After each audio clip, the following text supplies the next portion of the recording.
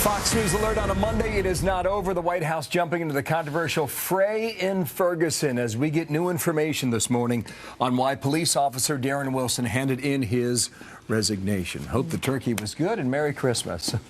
I'm Bill Hammer. Welcome here to America's Newsroom. How you feeling? Turkey crossed off the list, moving right along. I feel good. Little turkey hangover. I think everybody has. We're shaking it off this morning, like she says, right? So good morning, Bill. Good morning, everybody. I am Martha McCallum, and we're glad to have you with us this morning. And there's a lot to talk about as President Obama is set to meet later today with his cabinet. He will sit down with civil rights leaders as well and law enforcement. They are all going to discuss the fallout from the shooting of Michael Brown and the grand jury decision not to charge Darren Wilson. So meanwhile, Wilson's attorney telling Chris Wallace why his client felt it was the time to quit the police department. He decided to resign, Chris, because we got information yesterday directly from the chief in Ferguson that they had some information that suggested there were going to be acts taken against either members of the department or the department itself related to his continued employment. And when Darrell was told that, he simply said that's enough, and it was time to resign. And so he filed or submitted an oral resignation followed by a written resignation letter shortly thereafter. So there is more to this story today. Team Fox coverage, Mike Tobin live in Ferguson. Want to start with Peter Doocy at the White House, though. And Peter, what is the president planning today there? Good morning. Good morning, Bill. Today's meetings are all about making sure that people don't feel intimidated by the police. So first, the president is going to hold a meeting to get an update from his cabinet on a review of a Pentagon program that gives excess military equipment to local police departments. The reason the president asked for this review back in August is to make sure that police departments using vehicles and other gear normally only seen in war zones overseas are properly trained, and also to make sure that the equipment itself is being used the right way. The White House explains the reason for today's meetings like this, quote, as the country has witnessed disintegration of trust between law enforcement agencies and the people they protect and serve can destabilize communities, undermine the legitimacy of the criminal justice system, undermine public safety, create resentment in local communities, and make the job of delivering police services less safe and more difficult. So the president, Bill, has got representatives from all sides coming for these meetings designed to strengthen ties in some very tense communities from coast to coast. Tell me a bit more about that. Who was invited at this meeting, Peter?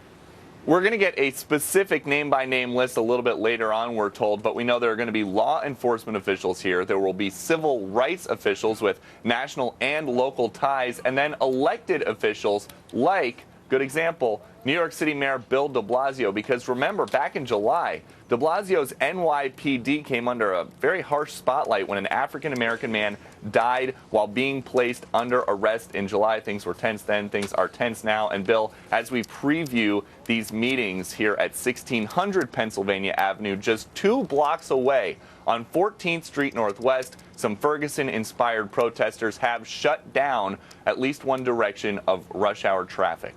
Here we go. Peter, thank you. Peter Doocy leading our coverage there from the White House. Here's Martha with more on this now. Well, meanwhile, a police group demanding an apology from the NFL this morning. Have you seen this? 5 players from the St. Louis Rams took to the field with their hands up on apparent protest and show of support for the Ferguson protests.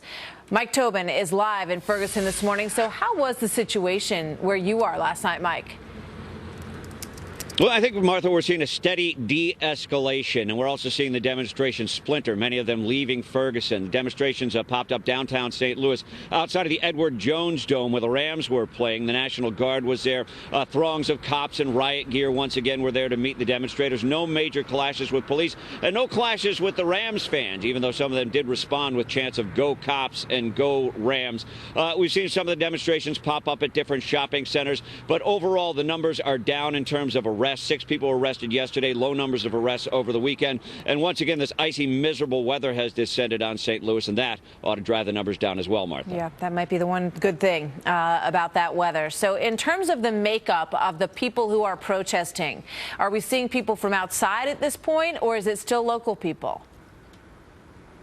You know, Tuesday morning, the arrest data showed that a lot of the people who were picked up were generally local. But as time goes on, the trend shows that more and more out-of-towners are piling on. Over the weekend, we saw a demonstration from the New York City College Communists. You're seeing these different out-of-town groups show up. And as we look at the arrest data, more and more of the people who are picked up overnight are from out of town, Martha. All right, Mike, thank you very much.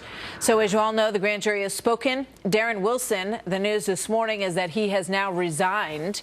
The protests have calmed down, as Mike was just saying.